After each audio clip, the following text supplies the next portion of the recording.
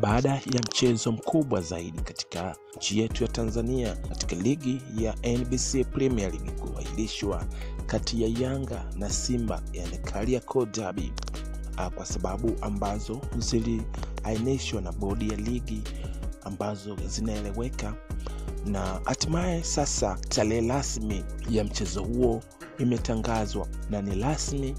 Taarifa za kuaminika zina taarifu kwamba mchezo huo utachezwa tarehe 19 mwezi wa 4 2025, na itakuwa siku ya Jumamosi. Hiyo ndio tarehe ambayo derby ya Kariakoo itafanyika. Ni mchezo wenye mvuto, mchezo wenye nguvu kabisa, mchezo ambao wa kuaminiwa na kila mmoja, ni mchezo ambao unatazamwa na mataifa mbalimbali.